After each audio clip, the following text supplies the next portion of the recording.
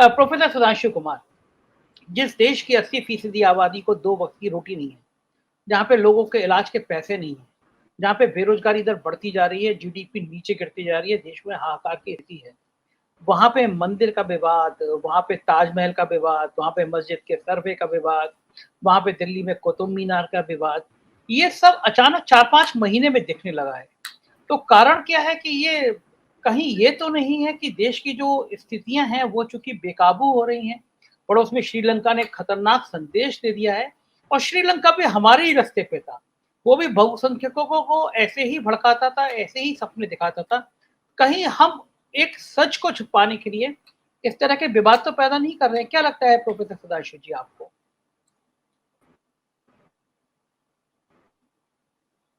सुधांशु जी सुन पा रहे हैं?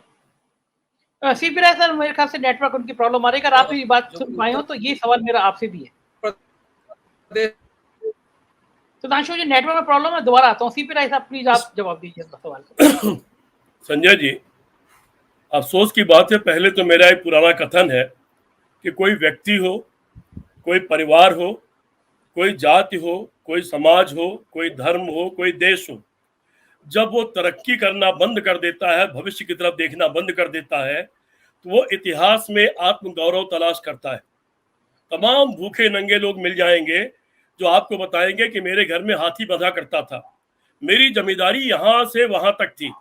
ऐसे कई राजाओं के हम घर में जाते हैं, राजा जो पुराने हुआ करते थे, उनके फटे कालीन वो बताते हैं कि कालीन दुनिया के किस देश से आया था, और एक वही तस्वीर होगी जहां एक शेर का खाल पड़ी होगी और बगल में बंदूक लिए हुए उनके कोई परदादा खड़े होंगे, वो उनका वर्णन करते हैं। ये सारे काम वो लोग करते हैं जिनकी सोच कुंद हो चुकी होती है, जिन्होंने सोचना बंद कर दिया होता है, जिन्होंने आगे बढ़ना बंद कर दिया होता है, जिनके जो विचार शून्य हो चुके होते हैं। जहां तक इसका सवाल है, दिल्ली में अकबर के नाम की सड़क को मिटा दिया जाएगा, पर अकबर के सेनापति रहे हुए मान सिंह की सड़क रखी जाएगी। पाठक जी ने बहुत अच्छी बात कही। मैं कुछ और विवादों की बात कर देता हूं, बढ़िया रास्ता छोड़ देता हूं, थोड़े और बड़े रास्ते तय कर लीजिए। हमारे अपने इतिहास की जानकारी के मुताबिक हमारे ऊपर जो पहला हमला हुआ था वो रावण ने किया था। हमारे भगवान राम की पत्नी को उठा के ले गया था रावण। इससे बड़ा हमला नहीं हो सकता हमारे धर्म पर। जिस राम के नाम पर हमने भारत देश में हजारों हत्याएं करा दिया, लाखों करोड़ की संपत्ति नष्ट करा दिया, पूरे साल तक कर्फ्यू लगा दिया, उस हमारे भगवान राम की बीवी को उठा के ले गया था रावण। और उस रावण की लंका से हमारे दोस्ती क्यों? उस रावण की लंका को सबक आज हम क्यों नहीं सिखा रहे? राम का बदला तब पूरा होगा जब पहले हम लंका को नेस्तनाबूद कर दें। इस हिंदू धर्म की सरकार का पहला कर्तव्य है कि रावण की लंका को नेस्तनाबूद कर दें। ये पहला कर्तव्य है। फिर दूसरा कर्तव्य है, मुगल इस देश में आए और इस देश में उन्होंने लूटा पाटा कब्जा किया, वहां के राजा नवाब बन गए। लेकिन मुझे याद नहीं कोई मुगल लौट के वापस चला गया। वो भी आए थे जो 1214 से 600 आए थे और आते हुए दक्षिण भारत के मंदिर को लूट के चले गए थे, और हम करोड़ों लोग घंटे घड़ियाल बजा रहे थे भगवान रक्षा करेंगे। अरे उस दिन उस मंदिर में जितने लोग मौजूद थे, अगर वो उन्होंने अपने हाथी, अपने उनके पास जो लोटा था, जो थाली थी पूजा करने की, अगर उसको भी मार मार के मारा होता तो जितने घुड़सवार आए थे उनमें एक भी जिंदा बच के नहीं गया होता। लेकिन वो लूट के पूरे भारत को चले गए। और ये क्यों लूट के चले गए? क्योंकि ये देश बटा हुआ था धर्म में, जात में। आपने तय किया था सिर्फ छत्री लड़ेगा, तो छत्री कितने? एक तिहाई, एक चौथाई, एक आठवां, एक दसवां हिस्सा। उसकी आधी औरतें, उसके आधे बूढ़े, उनके आधे बच्चे, मुट्ठी भर बचे। बाकी को कह दिया तुम पूजा करना, तुम व्यापार करना और तुम हमारे पैर दबाना। तुमने देश को बांट रखा था, इसलिए देश गुलाम हुआ, इसलिए देश लुटा। और फिर आए अंग्रेज, उन्होंने हमको मारा गली गली में। मेरे पूर्वी उत्तर प्रदेश में तमाम पेड़ों पर से लाशें लटका दी गई, तमाम लोग शहीद हो गए, हिंदू भी और मुसलमान भी। पूरे देश में तय है, जलियांवाला बाग में जाके उनका गोली कांड देख के आओ। अरे बदला लेना है तो सारे दुनिया के अंग्रेजों से बदला लो। लाखों मार दिए उन्होंने, हमारे लूट के ले गए, देश को कंगाल करके चले गए। लेकिन उनसे बदला नहीं, उनके तलवे चाटे जाएंगे। उनकी नौकरी मिल जाए तो साला डंका पीटा जाएगा पूरी दुनिया में। डॉलर की चिंता की जाएगी कि डॉलर कितना बड़ा हो गया। तो ये दोगला चरित्र है। ये एक तरफ भूख से लोग मर रहे हैं, 50 लाख से ज्यादा लोग मर गए कोरोना में। अब मैं दूसरी चुनौती देता हूं। यह चुनौती मैं कई बार धर्म गुरुओं की डिबेट में दे चुका हूं, आपने सुना होगा। सारे धर्म, मैं हिंदू धर्म की बात नहीं कर रहा हूं, सारे धर्म के, पूरी दुनिया का जो सबसे बड़ा धर्म गुरु एजेंट हो पूरे अपने अपने भगवान का, वो एक कमरे में बैठ के एक कोरोना का मरीज ठीक करके दिखा दें। और अगर नहीं कर सकते तो काहे का मंदिर, काहे का मस्जिद, काहे का गिरजाघर, काहे का गुरुद्वारा। पूरी कोरोना में सारे मंदिर बंद थे, कपाट नहीं खुले, भगवान जी डर के मारे छुपे हुए थे। सारे पुजारी, सारे ज्योतिषी, जितने ठेकेदार थे अपनी जान बचाते घूम रहे थे। जब तुम में कोई ताकत नहीं, कौन सा भगवान है? हमने केवल गुरुद्वारे को देखा जो सेवा कर रहा था, सबकी सेवा कर रहा था, धर्म जाति छोड़कर। काहे की लड़ाई लड़ रहे हो? ये देश को बर्बाद किया जा रहा है शर्मा जी। इस बर्बादी को रोकना पड़ेगा हमें और आपको। ये तुच्छ बुद्धि के लोग हैं सारे के सारे, ये केवल प्रचार के लिए काम कर रहे हैं। हिंदुस्तान में जितना सैलानी विदेशी आता है उसमें 70% केवल ताजमहल देखने आता है।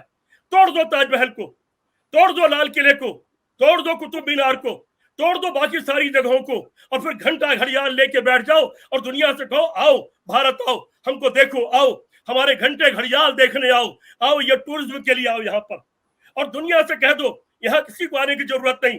अब हम आज की 800 साल पुरानी वाली हम अपनी शिक्षा पढ़ेंगे, हम 800 साल पुराना वाले सारे काम करेंगे, हम 5000 साल पुराने वाले काम करेंगे।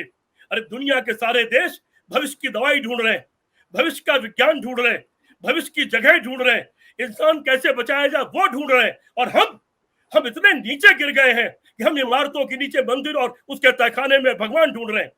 पूरे बनारस में हजारों शंकर जी की पिंडियां उखाड़ के फेंक दी गई। राजस्थान में पिछली बीजेपी सरकार में, ठीक है वो विकास के लिए हुआ था, लेकिन मेट्रो चलाने के लिए मंदिर उखाड़ के फेंक दिया गया। कर्नाटक में मंदिर उखाड़ के फेंक दिया गया। जहां एक पार्टी की सरकार हो वहां मंदिर उखाड़ कर फेंक दो, जहां दूसरी पार्टी की सरकार हो वहां उस पर दंगा करो। मैं थोड़ा सी बात कह के अपनी बात खत्म करूंगा क्योंकि उसका मैं पार्ट रहा हूं। पाठक जी और सभा जी, जब अयोध्या का कांड चल रहा था तो मैं एक पार्टी का प्रवक्ता भी था और महामंत्री भी, और बल्कि मैं ही फ्रंट फुट पर रहता उस जमाने में। सरकार थी, अशोक सिंघल साहब मेरे पड़ोसी, आगरा के बिल्कुल पड़ोसी, बड़े घनिष्ठ संबंध हमारी उनसे बात हुई। हमने कहा या तो बैठ के बातचीत कर लीजिए या अदालत पर छोड़ दीजिए। बोले ना, ये हमारी आस्था का सवाल है, इसको अदालत कैसे तय कर देगी। और लाखों लेके लोगों को लेके अयोध्या आ गए, और फिर जो हुआ पूरे देश में सबने देखा। और फिर उसी पार्टी, उसी सरकार, उन्हीं लोगों ने एक और काम किया। आज फिर चुनौती दे रहा हूं। चंद्रशेखर जी प्रधानमंत्री थे, भैरव सिंह शेखावत और शरद पवार जी ये शामिल थे। 2 बैठकें हुई, एक महारानी सिंधिया के घर में, एक बैठक हुई चंद्रशेखर जी के घर में। अंत में दोनों पक्ष बैठ गए, मुस्लिम पक्ष तैयार हो गया दस्तखत करने को। अशोक सिंघल जी के नेतृत्व में वो पक्ष उठ के ये कह के गया हम अभी बात करके आते हैं। और वही फैसला हुआ था जो अब सर्वोच्च न्यायालय ने किया है, लेकिन वो साइन करने को तैयार नहीं हुए, भाग गए, क्योंकि सरकार बनाना, मंत्री बनाना उद्देश्य नहीं था। सीपी जी आज आपको समय संजय शर्मा जी, मुझे गुस्सा है इस बात पर, ये हम देश को कहां ले जा रहे हैं। जीडीपी का 90% कर्जदार हम हो गए, 100% का बर्बाद हो गया। आग लग रही है, मुझे आग लगना पसंद नहीं है। मेरे देश में आग लगेगी, मैं सामने खड़ा हो जाऊंगा, मैं हिंसा नहीं होने दूंगा, मैं किसी भाजपाई को मारने नहीं दूंगा। भाजपाई हमको मार ले, हम इनको नहीं मारने देंगे, हम गांधी के लोग हैं। लेकिन देश को बर्बाद मत करो, ये देश को बर्बाद अगर लड़ना है। संजय जी, राय साहब के आक्रोश के लिए सैल्यूट करना चाहे, सैल्यूट। मुझे उनकी तबीयत ठीक नहीं आक्रोश वाजिब। आप लोग देख रहे हैं पानी वानी पी के, मतलब आज मुझे अभी नहीं, रजनीश जी भाग रहे हैं बीच बीच में, आपके हमारे वो रजनीश भाग रहे हैं, इंटरनेट प्रॉब्लम आ रही है सभा जी। नहीं, राय साहब का आक्रोश वाजिब है। देखिए हर सच्चे हिंदुस्तानी को यही आक्रोश होगा इस समय। नहीं जी राय साहब सैल्यूट। लेकिन सैल्यूट यू आल्सो। हाँ जी, अभी आल्सो दो बातें ऐसी हैं कि सीपी राय साहब पूजा पाठ में शायद यकीन नहीं करते, लेकिन भैया मैं तो रोज हनुमान जी की पूजा करता हूँ। मेरे घर में मंदिर है, मेरी बीबी 24 घंटे में कई बार पूजा करती थी। मेरे लिए हनुमान जी मेरे काम करते रहे। मेरी बीबी तड़प तड़प के मर गई, भगवान ने कोई मदद नहीं की। भगवान मेरी बीबी को कैंसर ठीक नहीं कर पाया। मैंने मंदिर हटाया नहीं है, मेरे घर में मंदिर है। हाँ, मैं पूजा नहीं करता, मैं ऐसे भगवान को मानने से इनकार करता हूँ। हाँ हाँ बिल्कुल व्यक्तिगत है, लेकिन हमारे हजारों लाखों दर्शक हैं और मैं उनमें से खुद हूँ जो ईश्वर की आस्था में, ईश्वर में यकीन रखता हूँ। और ऐसे हमारे हजारों हजारों लाखों हैं और हर धर्म के अनुयायी हैं, वो एक ईश्वर में आस्था रखते हैं। ये हर एक अपने निजी मत है, हो सकता है आप ईश्वर को ना मानते हो, लेकिन हजारों लाखों लोग मानते हैं, मैं भी मानता हूँ।